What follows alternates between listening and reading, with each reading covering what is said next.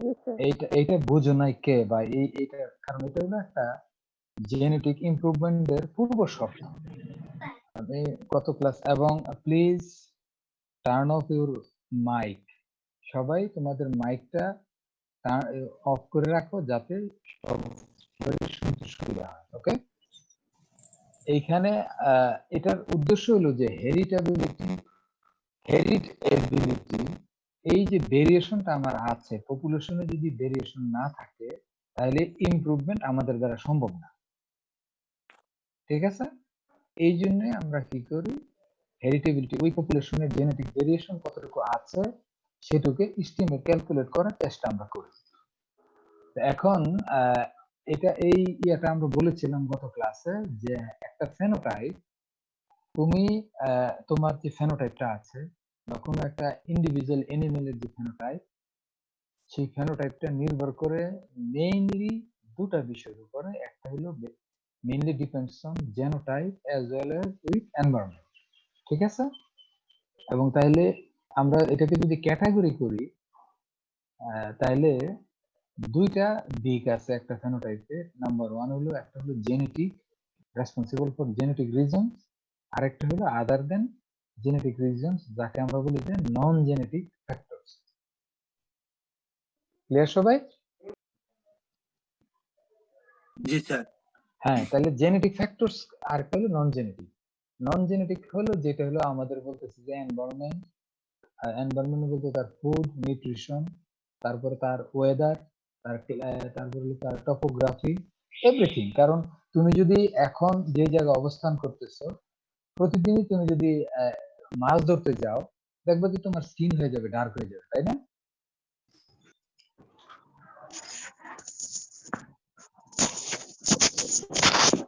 হুম, ঠিক আছে, এটা হলো এনভায়রনমেন্টাল ইফেক্ট। তাহলে আর এই যে জেনেটিক্স কারণটাকে আমরা দুটো ভাগে ভাগ করতে পারি। একটা হলো যে ভিজি, দ্যাট মিনস হলো যেটাকে আমরা বলি যে, আর একটা হলো বিই, তার মানে ফেনোটাইপের যে ভেরিয়েশনটা সেটা আমরা বের করতেছি ভেরিয়েন্স আকারে। ভেরিয়েশনকে আমরা ক্যালকুলেট করি ভেরিয়েন্স দিয়ে। তাহলে বিপি মানে that means phenotypic variance equal to genetic variance plus environmental variance. If you split more, যদি তুমি করো, তাহলে ফেনোটাইপিক ভেরিয়েন্সকে আমরা বলতেছি additive genetic variance, dominance variance, epistatic interaction plus environment. তোমাদের মনে আছে কিনা যে আমি জিন অ্যাকশন সম্ভবত আমি পড়াইছিলাম, তাই না, তোমাদের সেকেন্ড ইয়ারে? জি স্যার। হ্যাঁ জি স্যার। হ্যাঁ, তো ওইটা একটু মনে করতে হবে যে যখন আমরা মেন্ডেলিজম ফলো করি তখন সেটা হলো যে তোমার ডমিনেন্ট রিসেসিভ রিলেশনশিপ, তাই না? যে সিঙ্গেল জিন অথবা অল্প দুইটা তিনটা জিন, তাদেরকে যদি ডমিনেন্ট রিসেসিভ রিলেশনশিপ থাকে, আমরা বলি যে সেটা মেন্ডেলিয়ান রেশিওটা ফলো করে। এবং যদি তিনটা জিন জড়িত থাকে একটা বৈশিষ্ট্যের জন্য, তাইলে এক জিন আরেক জিনকে কি করে, ইন্টারেক্ট করে, তাকে মাস্ক করে রাখে, বন্ধ করে রাখে, যে প্রকাশ হইতে দেয় না, তাকে আমরা বলতেছি ইপিস্টিসিস। তাইলে এই যে তোমার ডমিনেন্স এবং ইপিস্টিসিস, এইগুলো হলো non additive genetic variance. That means তারা এডিটিভ জেনেটিক ভেরিয়েন্স না। এডিটিভ জেনেটিক ভেরিয়েন্স কোনটা? যেটা আমি বলেছিলাম যে যখনই একটা ট্রেডকে তোমার hundreds even thousands of gene control করে এবং তাদের কিউমুলেটিভ ইফেক্টের ফলে যে একটা ট্রেড প্রকাশ পায় ওইখান থেকে, এবং ওই ভেরিয়েশনটাকে আমি কনসিডার করি। ফর এক্সাম্পল, জিন 1 যদি তোমার 10% ভেরিয়েশনের জন্য দায়ী, জিন 2 হয়তো বা মাত্র 2% এর জন্য দায়ী, জিন 3 হয়তো বা 20% এর জন্য দায়ী, জিন 4 হয়তো বা 0.5% এর জন্য দায়ী ভেরিয়েশনের জন্য। ওইখান থেকে আমরা ভেরিয়েশনটা ক্যালকুলেট করে নিয়ে আসি, যা যে সকল ট্রেড গুলো অনেকগুলো তোমার জিন দ্বারা নিয়ন্ত্রিত, তাদেরকে আমরা বলতেছি এডিটিভ জেনেটিক ভেরিয়েন্স। যেই ভেরিয়েশনটা এডিটিভ ইন অ্যাকশন, জিন নেচারটা হবে এডিটিভ ইন নেচার, ওই সকল ক্ষেত্রে আমরা তাদেরকে বলতেছি এডিটিভ জেনেটিক ভেরিয়েন্স, এবং তাছাড়াও আমরা ডমিনেন্স ভেরিয়েন্স এবং ইপিস্টেটিক ভেরিয়েন্স আমরা সেখান থেকে ক্যালকুলেট করি। যেমন ফর এক্সাম্পল, তুমি একজন মানুষ, তোমার ভিতরে অবশ্যই এডিটিভ জিন অ্যাকশন কাজ করতেছে তোমার ট্রেডকে কন্ট্রোল করার জন্য, সেখানে ডমিনেন্সও কাজ করতেছে, ইপিস্টেটিকও কাজ করতেছে। এই জন্য তিনটা জিনিস সেখানে নিয়ে আসা হয়েছে। আর এনভায়রনমেন্টকে আমরা ভাগ করতে পারি দুটো ভাগে, একটা হলো পার্মানেন্ট এনভায়রনমেন্ট আর একটা হলো তোমার টেম্পোরারি এনভায়রনমেন্ট। যেমন অ্যানিমেলকে তুমি ফিড সাপ্লাই করো, আজকে তুমি খাবার কম দিলা, দুধ তোমার কি হয়ে যাবে, কমে যাবে, দ্যাট মিনস সেটা হলো একটা টেম্পোরারি এনভায়রনমেন্ট। অথবা আজকে গরুটা রোগাক্রান্ত, যে তুমি অথবা ভ্যাকসিনেশন করলা, হিট স্ট্রেসে আছে, তখন সে তার প্রোডাকশনটা কমে যাবে, তাদেরকে আমরা বলি টেম্পোরারি এনভায়রনমেন্ট ইনফ্লুয়েন্স। আবার যেটা পার্মানেন্ট এনভায়রনমেন্ট, যেমন আমাদের আমরা সি লেভেল থেকে মাত্র 9 মিটার উপরে, আমাদের এই যে তোমার টপোগ্রাফি, ওয়েদার সবকিছু আমরা ট্রপিক্যাল এনভায়রনমেন্ট। কিন্তু যদি তুমি ইউরোপে যাও সেটা টেম্পারেট এনভায়রনমেন্ট, ইউএসএ টেম্পারেটও আছে, ট্রপিক্যালও আছে, ওইগুলো হলো পার্মানেন্ট এনভায়রনমেন্টাল ইনফ্লুয়েন্স, যেটা আমাদের নিয়ন্ত্রণে নাই। যে আমি আমাদের এইখানে টেম্পারেট কান্ট্রি বানাইতে পারবো, সেখানে বরফ করতে পারবো, কিন্তু হ্যাঁ এনভায়রনমেন্টাল কন্ট্রোল হাউসে সেটা আমরা মিনিমাইজ করতে পারি। তাইলে এনভায়রনমেন্টাল ইফেক্ট হলো কোনো একটা ইন্ডিভিজুয়ালের ভেরিয়েশনের জন্য দুটো, একটা হলো পার্মানেন্ট এনভায়রনমেন্ট আর একটা হলো টেম্পোরারি এনভায়রনমেন্ট। আবার হলো জেনোটাইপ এনভায়রনমেন্ট ইন্টারঅ্যাকশন, একটা শব্দ রয়েছে জিই লাস্টে, দেখো এটা হলো যেমন যে একটা জেনোটাইপ তার জেনেটিক মেকআপ আছে কিন্তু এনভায়রনমেন্টের কারণে সে প্রকাশ করতে পারে না, ঠিক আছে? আবার অনেক সময়, হ্যাঁ হ্যালো, শুনতে পাচ্ছ কিনা? জি স্যার। তাইলে জেনোটাইপ এনভায়রনমেন্ট ইন্টারঅ্যাকশন কি বলো, কতটুকু বুঝছো?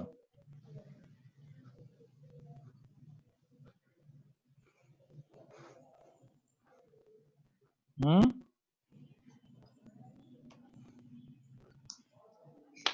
এর একটা সহজ উদাহরণ হলো, তোমরা আছো নাকি ঘুমায় গেছো বুঝতেছি না তো। আছি স্যার। জীবিত নাকি না অর্ধমৃত নাকি কমায় চলে গেছে সবাই? না স্যার আছি। স্যার আছি স্যার। আচ্ছা, তাইলে আমি একটা উদাহরণ দেই, যেমন জেনোটাইপ আমার আছে, যেমন হলস্টিন। আর আমাদের দেশে তোমরা সবসময় বলো কি হলস্টিন ফ্রিজিয়ান, তাই না?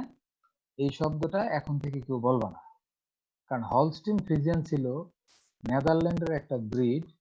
সেই ব্রিড থেকে এটা ছিল ডুয়েল টাইপ ব্রিড, এবং মানে তোমার দুধও হইতো, মাংস ভালো হইতো। তারপরে এখান থেকে সারা পৃথিবীতে তারা নিয়ে, যেমন কানাডিয়ানরা অনেক ইমপ্রুভ করেছে, ইউএসএ তারা ইমপ্রুভ করেছে, অস্ট্রেলিয়ান, তারা মেইনলি তিনটা দেশই, এবং ইভেন নেদারল্যান্ড অনেক ইমপ্রুভ করেছে।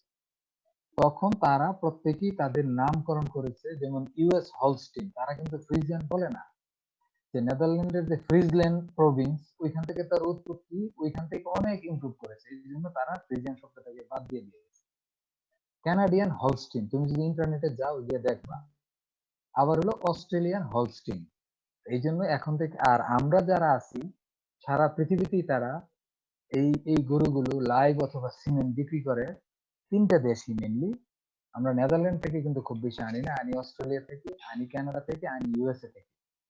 সুতরাং আমাদের কাছে যে সকল গরুগুলি আছে, দেয়ার দেয়ার কি বলবো, যে যে তারা Holstein rather than the Holstein Friesian, ঠিক আছে? এই জন্য যখনই ব্রিডের নাম বলবা, যে আমাদের যে ক্রসব্রিড গরুগুলি আছে সবগুলো হলস্টিন, নট হলস্টিন ফ্রিজিয়ান। কারণ হলস্টিন ফ্রিজিয়ান হলো আজ থেকে 60-70 বছর আগে, 1950 সালের আগে, যেটা ছিল ডুয়েল টাইপ একটা ব্রিড, জাতের নাম সেটা হলো হলস্টিন ফ্রিজিয়ান। ক্লিয়ার সবাই? জি স্যার। হ্যাঁ, এখন থেকে এই জিনিসগুলো আপ টু ডেট থাকতে হবে, আমাদের এগুলো হলস্টিন না হলস্টিন ফ্রিজিয়ান। এবং আমরা শিক্ষিত লোকেরা এই ভুলগুলি করি এবং এটা করি না। এবং for your better description, for your reference, just তুমি ইন্টারনেটে একটু সার্চ দিবা যে হলস্টিন ফ্রিজিয়ান বা হলস্টিন বলতে কি বোঝায় এবং ডিফারেন্সটা কোথায়। তাইলে আমরা এখানে বলতেছি যে একটা ফেনোটাইপিক ভেরিয়েন্স, তাহলে আমরা ক্যালকুলেট করব কোত্থেকে? যেমন আমি যদি বলি যে সাপোজ আইডি নম্বর 152 তার আমরা হেরিটেবিলিটি এস্টিমেট করতে চাই, এটা কি সম্ভব? Any idea?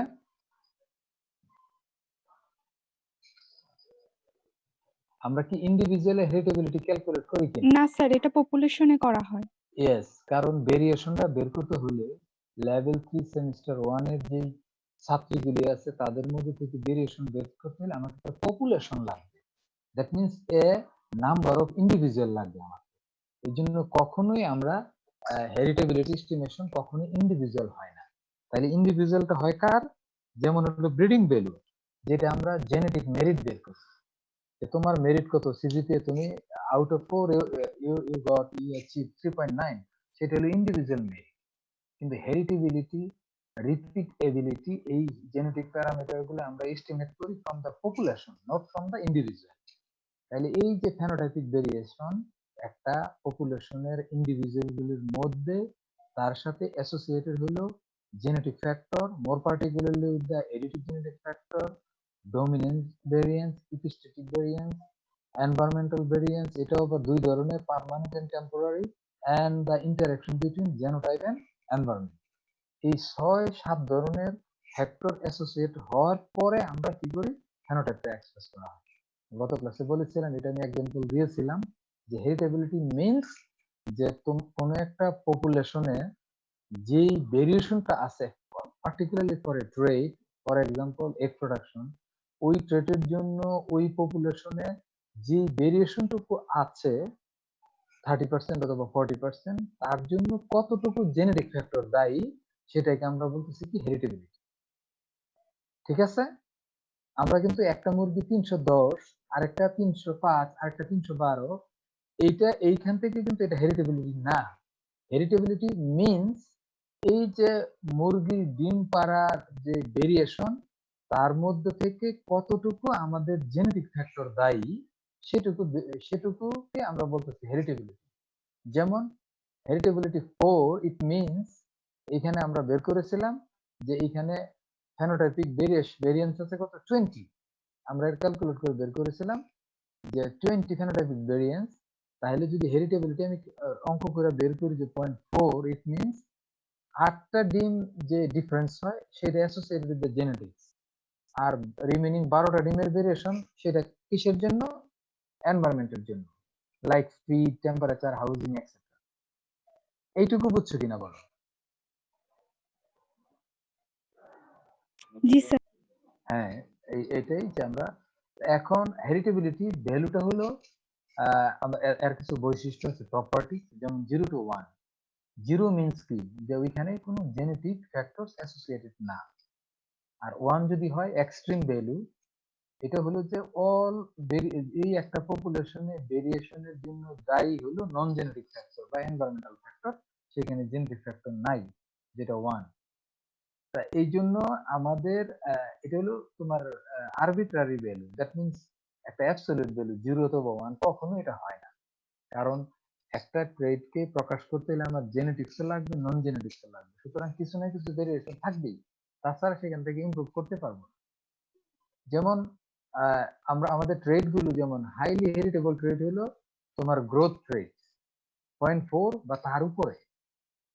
ফর এক্সাম্পল আমি যদি বলি তোমাদেরকে, এটা গরুতে খুব সুন্দর উদাহরণ আছে। তোমার একটা দেশি গরু আছে, যখনই তুমি হলস্টিনের সাথে ক্রস করাও, তাহলে তার গ্রোথ কি ওই দেশি গরুর মতো থাকে, নাকি না বেশি হয়ে যায়, হলস্টিনের কাছাকাছি চলে যায়, কি হয়?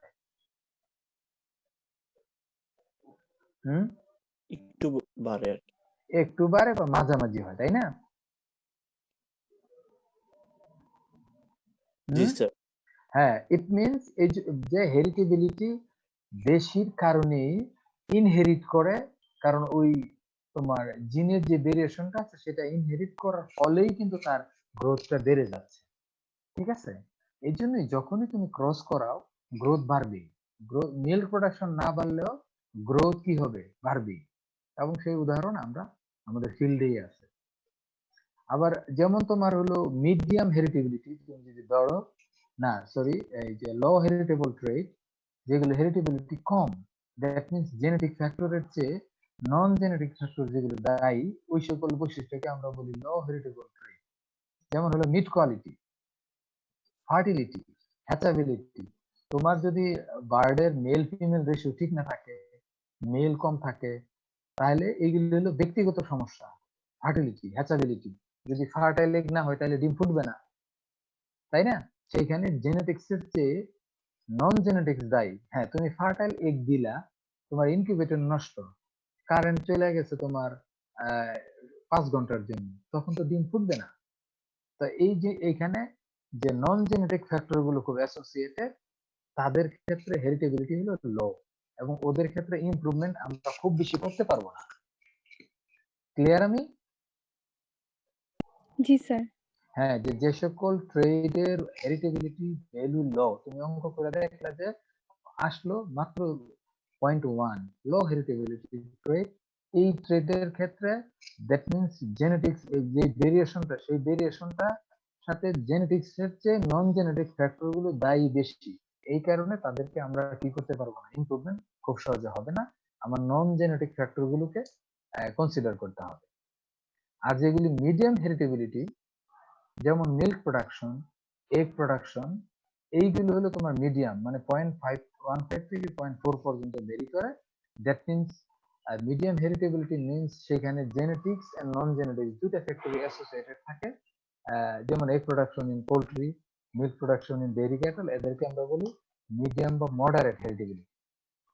তাহলে হেরিটেবিলিটি যদি আমরা প্রপার্টিজ গুলি দেখি, তাদের ভ্যালু গুলো রেঞ্জ হলো 0 থেকে 1, এবং তাদের ক্যাটাগরাইজ করলে 3 ধরনের করা যায়। একটা হলো low heritable, medium or moderate, and then high heritable traits. আর হেরিটেবিলিটি যখনই আমরা এস্টিমেট করি, আই টোল্ড ইউ বিফোর, যে এটা অবশ্যই সেটা পপুলেশন স্পেসিফিক, কোনো ইন্ডিভিজুয়ালের জন্য আমরা করি না। সেটা ব্রিড, পপুলেশন এবং এনভায়রনমেন্ট, এইগুলোর উপরে স্পেসিফিক। যেমন তুমি হলস্টিনের কানাডাতে হেরিটেবিলিটি বের করলো মিল্ক প্রোডাকশনের জন্য 0.4, এখন তোমার কাছে বাংলাদেশে যে হলস্টিন ক্যাটেল আছে তাদেরকে তুমি ওই 0.4 ধরলা মিল্ক প্রোডাকশনের জন্য, নো। এটাকে তোমার ক্যালকুলেট বাংলাদেশের প্রেক্ষাপটে করে নিতে হবে, করে তারপর তুমি বলবে যে হ্যাঁ, এখানে এই ভেরিয়েশনটুকুর জন্য জেনেটিক্স এতটুকু দায়ী অথবা এনভায়রনমেন্ট এতটুকু দায়ী। তুমি ঢালাও ভাবে তুমি কানাডার অথবা ইউএস এর রেফারেন্স আমাদের দেশে অ্যাপ্লাই করতে পারবা না। এই জন্য এটাকে বলা হয় যে heritability estimates usually vary by species or breed or variety or population specific. তুমি একটা কথা বলতে পারো যে এটা হলো পপুলেশন স্পেসিফিক, এবং এটা তো কখনোই তোমার এটা সার্বজনীন নয়, যে হ্যাঁ একটা ক্যালকুলেশন দিয়েই সবগুলো সারা পৃথিবী চলবে, তা না। ঠিক আছে? আর তাইলে হেরিটেবিলিটি এইটুকু বুঝছো কিনা? লাস্ট এরিয়াটা যদি একটু বলতেন। পপুলেশন স্পেসিফিক আমি যদি বলি, দ্যাট মিনস আমি তোমাদের আগে উদাহরণ দিয়েছিলাম যে human height for level 3 semester 1, ওকে? আমি হিউম্যান হাইট বের করলাম যে 0.42, যে 0.42 হলো আমার হেরিটেবিলিটি ভ্যালু লেভেল 3 সেমিস্টার 1 এর জন্য। এখন এটা কি মিন করে যে এই যে 42% variation level 3 semester 1 A for human height, এই 42% মানে এই ভেরিয়েশনের, তাদের হাইটের যে ভেরিয়েশন, তার মধ্যে 42% কিসের জন্য দায়ী?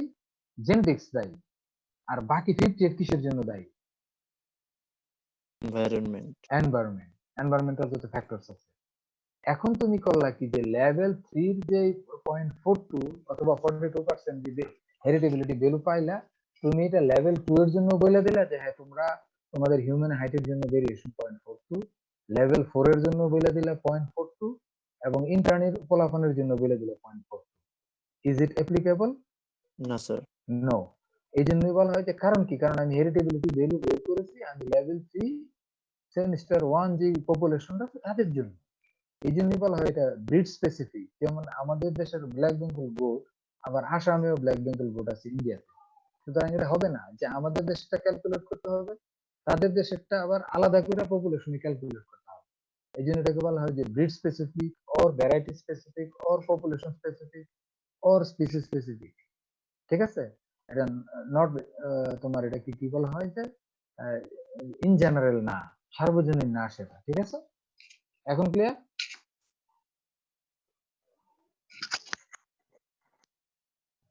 রিফাতকে এটা শুয়ে আছো কেন? এটা মোবাইল বন্ধ করো, ভিডিও। শুয়ে থেকে তো ক্লাস করা তো মানেই না, তাহলে এদের ব্রেনে ঢুকবেই না। এটা জেনেটিক্স, বুঝছো? তাহলে ইমপ্লিকেশনটা কোথায় হেরিটেবিলিটির আমাদের? হ্যাঁ, এদের ইমপ্লিকেশনটা মানে তাদের অ্যাপ্লিকেশনটা কোথায়? যে heritability estimates provide genetic variation in a breed variety of population, যে আমরা সেখান থেকে ক্যালকুলেট করে বের করতে পারি যে তার জেনেটিক ভেরিয়েশন কতটুকু আছে। এখন তুমি বলতে পারো যে আমাদের কেন এটা দরকার? আমি এটা আগেই বলেছি যে দরকার হলো যে জেনেটিক ভেরিয়েশন যদি আমাদের না থাকে তাহলে আমরা কি করতে পারবো না, আমরা সিলেকশন সিলেকশন বা কালিং, দ্যাট মিন্স আমরা ভালোটাকে সেখান থেকে বেছে আমি নিতে পারবো না, ঠিক আছে? যদি তোমাকে বলা হয় যদি যে তুমি এখান থেকে কেয়ার মার্কেট থেকে 2 কেজি আলু নিয়ে আসো, এখন গেলে দেখবো ওরা কি করে, বড়টার সাথে ছোটটা কিন্তু দিয়ে দেয়, তাই না? এখন তুমি কি করো কি যে না, আমাকে বেছে বেছে ভালোটা এবং মিডিয়াম সাইজ দেখে সুন্দর দেখে নাও, দ্যাট মিন্স তোমার সিলেকশন করার সুযোগ থাকে সেখানে ছোট বড় থাকার কারণে। এখন এই জন্যই যে এই জেনেটিক ভেরিয়েশনটা কতটুকু আছে সেটা আমরা দেখতে পাই। যদি ভেরিয়েশন নাই থাকে তাহলে সেখানে ছোটর যা মূল্য জেনেটিক্যালি বড়টার মূল্য কি তাই, এবং মিডিয়াম যেটা ওটার মূল্য তাই, সেখান থেকে সিলেকশন করে আমার কোনো রেসপন্স আসবে না। এই জন্যই আমরা একটা এক্স্যাক্টলি কতটুকু ভেরিয়েশন আছে তা ক্যালকুলেট করার জন্য আমরা হেরিটেবিলিটি এস্টিমেট করি। তারপরে পরের সেন্টেন্সটা তো লিখছি যে genetic progress from selection to improve trade. Yes, যদি জেনেটিক ভেরিয়েশন ভালো থাকে তাহলে আমার কি জেনেটিক প্রোগ্রেস হবে বেটার, এবং ইমপ্রুভ করার স্কোপটা আমার সেখানে থাকবে। আর যদি আমার সেই ভেরিয়েশনই না থাকে তাহলে সেখান থেকে জেনেটিক প্রোগ্রেস হবে না। তারপরে আমরা বের করি breeding value of N individual. একটা এনিম্যালের ব্রিডিং ভ্যালু বের করতে গেলে, দ্যাট মিন্স তার জেনেটিক মেরিট বের করতে গেলে আমরা কি করি, অথবা জেনেটিক অর্থ বলি আমরা, তাহলে ব্রিডিং ভ্যালু শব্দ জেনেটিক মেরিট অথবা জেনেটিক অর্থ যে একটা ইন্ডিভিজুয়ালের আমরা বের করতে পারি, তখন আমাদের হেরিটেবিলিটি ভ্যালুটা দরকার, কারণ হেরিটেবিলিটি ভ্যালু দিয়ে আমরা ব্রিডিং ভ্যালুকে ক্যালকুলেট করি। তারপরে এর উপর ভিত্তি করে, এই তিনটার উপর ভিত্তি করে আমরা করি assist to design breeding program for a particular population, যে সেখানে কি আমি সিলেক্টিভ ব্রিডিং এ যাব, না সেখানে ক্রস ব্রিডিং এ যাব, না সেখানে ইন্টারসেমিটিং মানে র্যান্ডম মেটিং করাবো। সেই ব্রিডিং ডিজাইন করতে গেলে আমার সেই ইনফরমেশন গুলো আসে যে ওই জেনেটিক ভেরিয়েশন কতটুকু আছে। এটা হলো তোমার ইমপ্লিকেশন হেরিটেবিলিটি। আরো ডিটেইলস তোমাদের বইতে আছে, ওইখানে আর একটু ইন ডিটেইলস পড়বা। যে সোজা কথা, আমরা এই জেনেটিক ভেরিয়েশন পপুলেশন নিয়ে প্রথম সার্চ করি, তার উপর ভিত্তি করে আমরা জেনেটিক গেইন বের করি, রেসপন্স কতটুকু হয় তা বের করি, তার উপর ভিত্তি করে ব্রিডিং ভ্যালু বের করি, তার উপর ভিত্তি করে ব্রিডিং ডিজাইন করি ফর পার্টিকুলার পপুলেশনের জন্য। এই জন্য হেরিটেবিলিটিতে হলো এবিসি ব্রিডিং এর। এখন এখানে দেখো আমরা তিনটা ট্রেড এখানে নিয়েছি, যেমন হলো রিপ্রোডাক্টিভ ট্রেড, ফার্টিলিটি, হ্যাচাবিলিটি চিকেন, এটা ল হেরিটেবল 5 থেকে 10, মানে ক্যালকুলেট করলে হয়তো তুমি পাইবা 0.05 থেকে 0.1, দ্যাট মিন্স 5 to 10%। মানে এখানে জেনেটিক্স কতটুকু দায়ী, মাত্র 5 থেকে 10, আর এনভায়রনমেন্ট দায়ী 95 থেকে 90%, ঠিক আছে? জি স্যার। সুতরাং এই ক্ষেত্রে যে ল হেরিটেবল ট্রেডের ক্ষেত্রে আমাকে এনভায়রনমেন্টটাকে গুরুত্ব দিতে হবে। যেমন আমাদের চিকেনের ক্ষেত্রে মেল ফিমেল রেশিও, সেটাকে আমার কনসিডার করতে হবে। এজ কনসিডার করতে হবে যে হ্যাঁ, তুমি যদি সেখানে বয়স্ক মেল নিয়ে দিয়ে রাখো তাহলে হয়তো বা সেখানে মেটিং হবে না এবং ফার্টাইল এগ তুমি পাবা, এবং তাদেরকে স্পেস দিতে হবে, সবকিছু এইগুলো হলো এনভায়রনমেন্টাল ফ্যাক্টরকে কনসিডার করতে হবে ওই ট্রেডকে ইমপ্রুভ করার জন্য। Growth always high heritable trade, যে তুমি এখন যেমন ব্রয়লারের গ্রোথ বাড়ে বা সেই সোনালি সেরকম বাড়তেছে না, ক্রস করলে তাড়াতাড়ি বেড়ে যাচ্ছে। এই জন্য হাই হেরিটেবল ট্রেড যেগুলি আছে তাদের ক্ষেত্রে জেনেটিক ভেরিয়েশনটা বেশি থাকে এবং আমরা খুব ইজিলি ওই রেজাল্টটা পাই। তাহলে এখানে ধরো তাদের যদি 40 থেকে 55% জেনেটিক্স আর নন জেনেটিক এনভায়রনমেন্ট হলো 45 থেকে 60%। এগ প্রোডাকশন হলো মডারেট 20 to 30% জেনেটিক ভেরিয়েশন, আর rest of the variation associated with environment from starting from 70 to 80%। এটা একটা উদাহরণ তোমাদেরকে জাস্ট বোঝানোর জন্য এখানে বলা হয়েছে, কারণ এই শব্দগুলো এখন থেকে শুরু করে হেরিটেবিলিটি এন্ড হেরিটেবিলিটি অলওয়েজ শুনবা। তার মানে তোমাকে এই কনসেপ্টটুকু ক্লিয়ার থাকতে হবে যে আমরা যদি একটা ল হেরিটেবল ট্রেড হয় আর তুমি যদি ব্রিডিং প্রোগ্রাম ডিজাইন করে যে না আমি তাদেরকে জেনেটিক্যালি ইমপ্রুভ করব, ইটস অ্যাবসার্ড এন্ড ইম্পসিবল, তুমি পারবাই না ইমপ্রুভ। সেখানে নন জেনেটিক পার্টগুলোকে তোমাকে গুরুত্ব দিতে হবে। যদি তোমার হেরিটেবিলিটি এস্টিমেট করে হাই তুমি ভ্যালু পাও অথবা মডারেট পাও, ইয়েস, সেখান থেকে তুমি যদি এনিমেল সিলেকশন করো যাদের গ্রোথ ভালো, তাদেরকে সিলেক্ট করলে পরবর্তী বংশধর কি হবে? ভালো গ্রোথ হবে না খারাপ গ্রোথ হবে? ভালো হবে। ভালো হবে। ঠিক আছে, তাই এই ধরনের ইন্ডিকেশন আমরা পাই। এখানে there are several examples here, the heritability estimates of body weight and meat production traits in case of poultry. Body weight দেখো প্রথমে লেখা আছে, দেখতে পাচ্ছ তো সবাই, তাই না? জি স্যার। হ্যাঁ, 0.51, দ্যাট মিন্স 51%, এবং হেরিটেবিলিটি এ, তার মানে এডিটিভ জেনেটিক ভেরিয়েন্স 51%, এনভায়রনমেন্ট কিন্তু বাকিটুকু। এবং এখানে দেখো মেথড, এটা হলো যে এগুলো তোমাদেরকে পরে পড়ানো হবে যে রেস্ট্রিক্টেড ম্যাক্সিমাম লাইকলিহুড, কোন মেথডে কে করেছে এইগুলো এটা দেওয়া আছে। আবার দেখো এই 3 lines off white leg horn 0.51 থেকে 68%, দ্যাট মিন্স বডি ওয়েট এর জন্য 7 উইকস 32 উইকস, এদের আবার একটু কম। আবার এখানে দেখো body weight 2 lines of hand, এটা তারপর হলো ব্রয়লারের ক্ষেত্রে দেখো যে 61 থেকে 63। সুতরাং তুমি যখনই হেরিটেবিলিটি ভ্যালু হাই হয়, ইট ইন্ডিকেটস যে তুমি যদি বেটার গ্রোথের জন্য বার্ড সিলেকশন করো, পরবর্তী প্রজন্মে অবশ্যই তার গ্রোথ কি হবে? ভালো হবে, সেটা আমরা এক্সপেক্ট করতে পারি। এবং যদি আমি তাদেরকে সাফিসিয়েন্ট এনভায়রনমেন্টাল তোমার ইস্যুগুলোকে কনসিডার করি, যেমন তুমি যদি সেম ফিডিং দাও, নিউট্রিশন ব্যালেন্স ডায়েট দাও, তাহলে আমি পরবর্তী বংশধর অবশ্যই ভালো গ্রোথ পাবো। ক্লিয়ার সবাই? তো এখন বুঝতে পারছো? হ্যালো?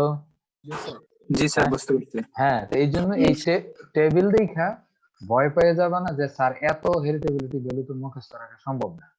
এইখান থেকে 2-4টা করে মনের ভিতরে রাখবা একদম, যে হ্যাঁ বডি ওয়েট অথবা এই তোমার তারপরে এখানে দেখো যে শ্যাঙ্ক উইথ শ্যাঙ্ক ল্যাং, তারপরে হলো এগুলো তোমার এখানে আছে। এগুলোর জন্য আমরা সেখানে ইয়ে করতে পারবো।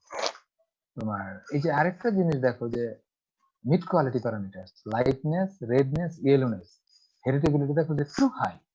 লাইটনেস তার মানে রেডনেস, যেই মুরগির মাংস তোমার একটু রেডিশ হবে, তার মানে তার পরবর্তী বংশধরে সেটা হাই হেরিটেবল ট্রেড, এটা অবশ্যই হবে। তুমি এই রেডনেসটাকে তুমি কি করতে পারবে না, চেঞ্জ করতে পারবে না লাইটনেস। ঠিক আছে? এবং কারণ কি? কারণ এটা হাই হেরিটেবল ট্রেড। এই জন্য তোমার ব্রেইনে এটা থাকতে হবে যে হ্যাঁ আমি কনজিউমারের প্রিফারেন্সের জন্য কি আমি ইয়েলোনেসটা নিব, রেডনেসটা নিব না লাইটনেসটা নিব। যেমন আমাদের দেশে তোমার হলো রেডনেস বা লাইটনেসটা প্রিফার করে বেশি।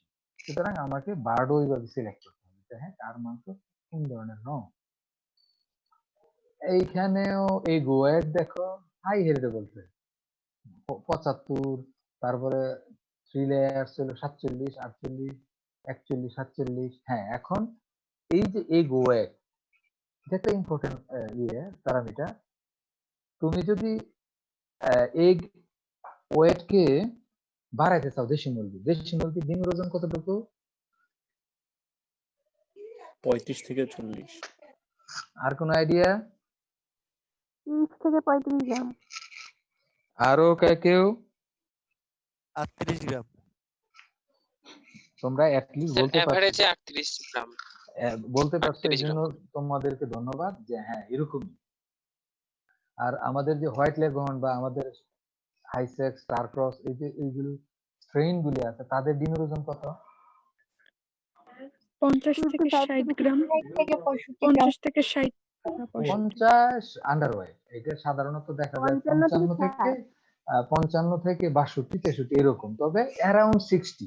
ঠিক আছে, তোমাদের মোটামুটি কিছু কনসেপশন আছে এই ব্যাপারে। তো এইগো এটা আমার দেশি মুরগি, তুমি একটা সিলেকশন প্রোগ্রাম নিলা যে না তার মুরগি ডিমের ওজন আমি এটাকে 52 গ্রাম বানায় ফেলবো, সেটা কি সম্ভব কিনা? হুম না স্যার, কারণ এটা highly heritable trade. Highly heritable trade, এই জন্যই যে তাদের মধ্যে যে ভেরিয়েশনটুকু আছে, যে হ্যাঁ তুমি যদি সিলেকশন করে হয়তো বা 2 থেকে 3 গ্রাম বাড়াইতে পারো। ঠিক আছে, তোমরা বলতেছো যে এভারেজ ওয়েট হলো 38 গ্রাম, হয়তো বা সর্বোচ্চ 40-41 গ্রাম বানাইতে পারো, কিন্তু ইউ ক্যানট মেক ইট এটাকে তোমার 55 বা 50 এরকম করতে পারবে না। ঠিক আছে, তার মানে এক্সিস্টিং পপুলেশনে তোমার কি আছে। হ্যাঁ, কখন পারবা? যখন দেখলা যে দেশি মুরগির ডিম কেউ পারতেছে 35 গ্রাম, কেউ পারতেছে 45 গ্রাম, কেউ পারতেছে 48 গ্রাম, ভেরিয়েশনটা তোমার অনেক হাই, তখন তুমি কি করতে পারবা? সেখান থেকে ইমপ্রুভমেন্টটা, জেনেটিক ইমপ্রুভমেন্ট অনেক, মানে তোমার রেসপন্সটা খুব ভালো হবে এবং তুমি ওর ডিমের ওয়েটটা তুমি বাড়াই দিতে পারো। ঠিক আছে, এটা তোমার নির্ভর করবে এক্সিস্টিং পপুলেশনে কতটুকু ভেরিয়েশন আছে তার উপরে। ক্লিয়ার সবাই? যদি জি স্যার। ভেরিয়েশন খুব বেশি থাকে তাহলে তুমি সেটা পারবে। এখন দেখো নিচে লেখা আছে যে class number, average class size. Class number তো বুঝো, হ্যাঁ? জি স্যার। ক্লাস মিন্স হলো যে number of eggs leg successively, যে একটা দেশি মুরগি মানে বিরতিহীন ভাবে কয়টা ডিম পারে। একটা স্ট্রেইন তোমার, তারা তো গ্যাপ দেয় তাই না, কয়েকদিন করে, যে এক টানা কতদিন তারা ডিম পারতেছে, কিন্তু তার হেরিটেবিলিটি ভ্যালু দেখো যে লো। এটা কি মিন করে? যে ওইখান থেকে তুমি তাদের জেনেটিক অ্যাসোসিয়েশনটা কি খুব কম, কিন্তু এনভায়রনমেন্টাল ইনফ্লুয়েন্সটা সেখানে অনেক বেশি। এই জন্য তুমি এখান থেকে রেট অফ ইমপ্রুভমেন্ট কি খুবই কম, যে তুমি ক্লাস নাম্বার চাচ্ছ যে আছে এখন 16, এটাকে বাড়ায় তুমি করবা 30, সেটা সম্ভব না। এটা তোমার ওইরকমই থাকবে, যেহেতু সেখানে জেনেটিক ভেরিয়েশনটা কি খুবই কম। সিমিলারলি এখানে হেরিটেবিলিটি এগ প্রোডাকশনের জন্য দেখো মডারেট 4.31, 25, তারপরে তোমার এই যে আবার 0.09 আছে 26 থেকে 38 উইকে, তার মানে সেখানে ভেরিয়েশনটা খুবই কম, সব মুরগি একই রকম ডিম পাচ্ছে, ভেরিয়েশন নাই তোমার। এই জন্য আবার এই যে 3 লাইন্স হোয়াইট লেগহর্ন মানে ভেরিয়েশন অনেক বেশি, তার মানে এইগুলি মডারেট তোমার হেরিটেবল ট্রেড এগ নাম্বারের ক্ষেত্রে এবং এগ প্রোডাকশনের ক্ষেত্রে। তারপরে হলো তোমার রিপ্রোডাক্টিভ ট্রেড, ফার্টিলিটি দেখো যে খুবই কম, মেল ফার্টিলিটি কম, স্পার্ম নাম্বার একটু বেশি, আবার হ্যাচাবিলিটি দেখো যে 0.05। তারপরে এই যে এইখানে লেখা আছে টোটাল এমব্রায়ো মর্টালিটি TEM, এই যে এখানে দেখো 0.09 থেকে 0.24, তার মানে এগুলো হলো লো হেরিটেবল ট্রেড। তা এই উদাহরণগুলো দেওয়ার উদ্দেশ্য হলো আমার, যে তোমাকে তোমার ব্রেনে থাকতে হবে যে কোনগুলো হাই হেরিটেবল ট্রেড, কোনগুলো লো হেরিটেবল ট্রেড, কোনগুলো মডারেট হেরিটেবল ট্রেড। আমরা লো হেরিটেবল ট্রেডকে ইমপ্রুভমেন্ট জেনেটিক্যালি কখনো পারবো না, সেটা আমাকে এনভায়রনমেন্টকে কন্ট্রোল করে তাদেরকে কিছুটা ইমপ্রুভ করতে পারবো, কিন্তু আমাদের সেই সুযোগটা রয়ে গেছে কিসের ক্ষেত্রে? সুযোগটা রয়ে গেছে হাই হেরিটেবল ট্রেড এবং মডারেট হেরিটেবল ট্রেডের ক্ষেত্রে, যে আমরা তাদেরকে জেনেটিক ইমপ্রুভমেন্ট সেখান থেকে করতে পারবো। ক্লিয়ার সবাই? জি স্যার। সবাই ঘুমাই গেছে নাকি? আবার একজন তো দেখলাম যে সে খাটের মধ্যে শুয়ে শুনতেছে গানের মতো, বুঝছো না? হ্যাঁ না স্যার ঘুমাই নাই। হ্যাঁ, এটাই, ঘুমাইলে কিছু করার নাই, এমনি আমরা ফাঁকি মারি, আর করোনা আরো সেই সুযোগটা করে দিচ্ছে, তাই না? শিখতে হবে কিছু। এখন আমরা আসো হেরিটেবিলিটি কিভাবে বের করতে পারি, মেথডস অফ এস্টিমেশন। আমি কিন্তু খুবই প্রিসাইজলি অল্প কথায় অল্প জিনিস পড়াবো, কিন্তু বেসিক নিডস গুলো সেখানে কভার করার চেষ্টা করবো। যেমন হেরিটেবিলিটি ফর সিলেকশন এক্সপেরিমেন্ট, আমরা এটা একটা মেথড আছে, আমরা পরেই আসতেছি। তারপর হলো heritability from regression of offspring on parents, তোমরা রিগ্রেশনের অঙ্ক করেছো যে অফস্প্রিং এবং প্যারেন্টস এর মধ্যে যে রিগ্রেশন যদি আমরা বের করি কোনো একটা থ্রেডের জন্য সেভাবে করতে পারি। আর সিড অ্যানালাইসিস মেথড, সিড বুঝো তো তোমরা? জি স্যার, সহদর। নো নো, আর কে জানো? What does it mean seed?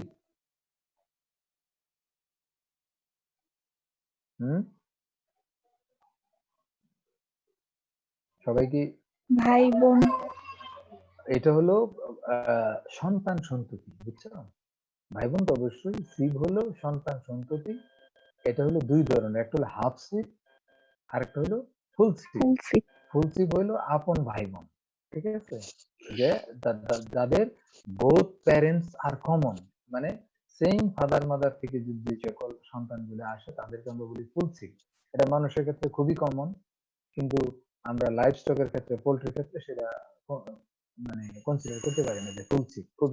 খুবই অস্বাভাবিক যে একই বাবা মায়ের যে 10টা বাছুর থাকবে, সেটা হয় না, তাই না? এই জন্য ফুলসি বললো যে বোথ প্যারেন্টস আর কমন, তাদের মধ্যে থেকে যে সকল সন্তান আসে। আর একটা হাফসি বললো one parent is common. Half sib one parent মানে কমন কি, যে একটা মোরগ সে ব্রিডিং করতেছে হয়তোবা 5টা মুরগির সাথে, তাহলে 5টা মানে তাহলে একটা প্যারেন্ট কমন মানে কি, শায়ার লাইনটা তার কমন, শায়ার কমন, তাই না? শায়ার মানে হলো মেল, আর ড্যাম মানে ফিমেল। ফিমেল। DAM ড্যাম মানে হলো ফিমেল, আর শায়ার মানে মেল। এই জিনিসগুলি ব্রিডিং এর ভাষায় শিখতে হবে। তাইলে হাফ সিডটা হলো যে one parent is common, that means মানে তার ফাদারটা কমন কিন্তু মাগুলো হলো অনেকগুলো। যখন হয় এই সন্তান সন্ততিগুলো আমরা হাফ সিড। তো সেটা আমরা পরে আসবো। আমরা আজকে শুধু একটা জিনিসই করবো, যেহেতু টাইম কনস্ট্যান্ট। সিলেকশন এক্সপেরিমেন্ট থেকে কিভাবে আমরা হেরিটেবিলিটি বের করতে পারি, এটাকে বলা হয় যে realised heritability, also known as, দেখো এখানে তোমরা দেখতেছো রিয়েলাইজড হেরিটেবিলিটি আমরা ইন অ্যানাদার সেন্স বলতে পারি। কিভাবে? যে রেসপন্স টু সিলেকশন আর সমান সমান হলো heritability into S, selection differential. তাহলে আমরা হেরিটেবিলিটি সমান সমান কি বলতে পারি, আর বাই এস, তাই না? জি স্যার। it's a equation যে রেসপন্স টু সিলেকশন রেসপন্স, যেটা এটা সমান সমান হলো হেরিটেবিলিটি ইনটু সিলেকশন ডিফারেন্সিয়াল। তাহলে হেরিটেবিলিটি সমান আর বাই এস। তাহলে সিলেকশন ডিফারেন্সিয়ালটা কি, এটা এখানে লেখা আছে, difference between selected animals and the average of the population from which they were selected. আমি আবারও আগে উদাহরণে চলে যাই। যেমন লেভেল 3 সেমিস্টার 1 হিউম্যান হাইট যদি ট্রেট হয়, তোমাদের যদি লেভেল 3 সেমিস্টার 1 পপুলেশন, ওই পপুলেশনের এভারেজ যদি 5 হয়, আমি বললাম কি জানা, লম্বা গুলো আলাদা করে দিলাম, তাহলে তাদের হিউম্যান হাইট কি কমবে না বাড়বে?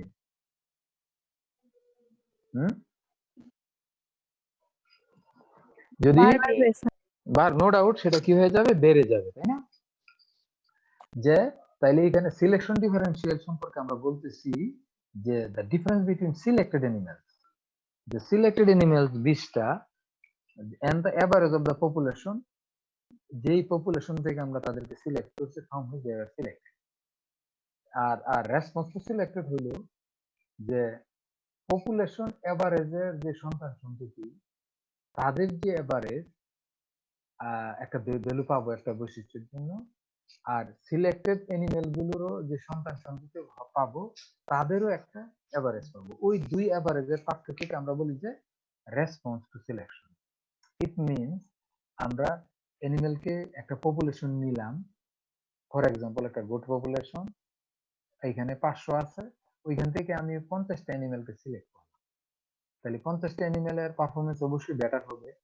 50টা অ্যানিমেলের পারফরমেন্স তাদের যে প্রজনন হবে তাদেরও পারফরমেন্স ভালো হবে, তাহলে এটা আমার যে পপুলেশন এভারেজ ছিল তাদের মধ্যে থেকে আমরা সেটা বাদ দিই। So let us give an example here. Suppose you have 500 layers, তোমার কাছে কি 500 ডিম পাড়া মুরগি আছে তোমার কাছে, ঠিক আছে? যেখানে ফ্লক এভারেজ প্রোডাকশন 200 280 পার ইয়ার। যে বাৎসরিক ডিম উৎপাদন ক্ষমতা কতটুকু? 280। ঠিক আছে, তাহলে তোমার কাছে মুরগি কতগুলো আছে? একটা ফ্লক আছে, যে ফ্লকে মুরগি কত? 500, তাই না? তাদের এভারেজ এগ প্রোডাকশন কত এখানে? 280। ওইখানে এই 500 মুরগি থেকে তুমি 300 মুরগি বাছাই করে নিলা বেসড অন এগ প্রোডাকশন। তাদেরকে আমরা বলতেছি এই যে বাছাই করতে সিলেক্টেড এভারেজ কত? 300 বেড়ে গেল। তাহলে সিলেকশন ডিফারেন্সিয়াল কত হবে এখানে? হ্যাঁ, সিলেকশন ডিফারেন্সিয়ালটা কত হবে? 20 এটুকু বুঝছো কিনা? যে 500 মুরগির অ্যানুয়াল এগ প্রোডাকশন হলো 280টা করে, ওইখান থেকে আমি যারা ডিম কম পারে এরকম 200 বাদ দিয়া 300 রাখলাম। 300 বার্ডের সিলেক্টেড এভারেজ হলো 300 পার ইয়ার। তাহলে সিলেকশন ডিফারেন্সিয়াল এস সমান হবে তার আসলে 300 বিয়োগ 280 সমান হবে 20। আবার এই যে সিলেক্টেড এভারেজ যে 300 ডিম পারে, তাদের সন্তান সন্ততিদের যখন তুমি পরবর্তী বংশের ডিমের এভারেজ প্রোডাকশন দেখলে কত? 200, হ্যাঁ 290। তাইলে এখানে রেসপন্স টু সিলেকশন কত হবে? 10, মানে 290 মাইনাস 280 সমান সমান 10। তাইলে এখান থেকে হেরিটেবিলিটি হবে 10 ডিভাইডেড বাই 20, তার মানে সমান সমান কত? 0.5 বা 50%। দ্যাট মিন্স আমাদের ওই পপুলেশনে বাৎসরিক এগ প্রোডাকশনের জন্য তার হেরিটেবিলিটি ভ্যালু হলো 0.5। ইট মিন্স এখানে জেনেটিক জড়িত হইলো 50% আর নন জেনেটিক ফ্যাক্টর জড়িত কতটুকু? 50%। ঠিক আছে, এইটা হলো আমরা সিলেকশন এক্সপেরিমেন্ট করে যেটাকে আমরা রিয়েলাইজ হেরিটেবিলিটি বলি। ওইখান থেকে কিন্তু আমরা কি করতে পারি? হেরিটেবিলিটি এস্টিমেট করতে পারি। জিনিসটা সোজা না?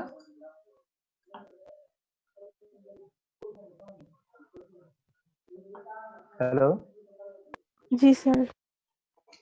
এখন এই যে আমরা যেটা করতেছি এটা বুঝো নাই কে বলো? হেরিটেবিলিটি ফ্রম সিলেকশন এক্সপেরিমেন্ট থেকে এটুকু পর্যন্ত বুঝো নাই কে?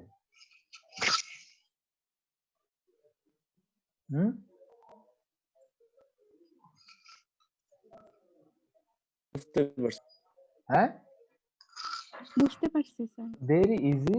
যে 500 লেয়ার সে আমাদের একটা ট্রেড আমরা নিছি অ্যানুয়াল এগ প্রোডাকশন, যদি একটা ট্রেড আমরা তার ধরি, তাইলে সে ডিম পারে 280টা বছরে। আমরা এখান থেকে কম গুলো বাদ দিয়ে সিলেক্টেড এভারেজ করে দেখি 30। তাইলে ডিফারেন্সিয়েশনটা কত? সিলেকশনের ফলে সেখানে ডিফারেন্স হলো আমার মাত্র 20। আর রেসপন্স টু সিলেকশন হলো এই যে ভালোগুলি বাছাই করলাম, বাছাই করার ফলে যে সন্তান সন্ততি আসলো, তারা যখন আবার 1 বছর ডিম পারলো তখন তাদের ডিমের প্রোডাকশন হলো 290। তার মানে আমার এই সিলেকশনের ফলে তার রেসপন্সটা হয়েছে কতটুকু? মাত্র 10টা ডিম। যে 290 মাইনাস 280 10। তাহলে হেরিটেবিলিটি সমান response to selection divided by selection differential সমান সমান হলো 5, আর 10/20 সমান সমান হলো 0.5।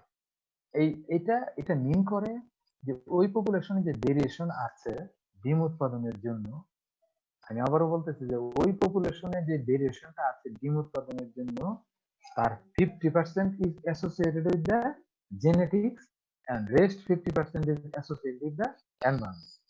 Clear? জি স্যার। হ্যাঁ জি স্যার। হ্যাঁ, তাইলে আজকে এই পর্যন্তই। আমরা পরবর্তী ক্লাসে নেক্সট ওয়েডনেসডেতে আমরা চেষ্টা করব বাকি দুইটা, যে regression of offspring on parents এবং সিড অ্যানালাইসিস মেথড। কারণ অন্যান্য জিনিস আছে অত বেশি পড়াবো না, যেটা অ্যাপ্লিকেবল এবং যেটা আমাদের কাজে লাগে ওইটুকু আমি পড়াবো, আর বেশি না। ওই দুইটা আমরা নেক্সট ক্লাসে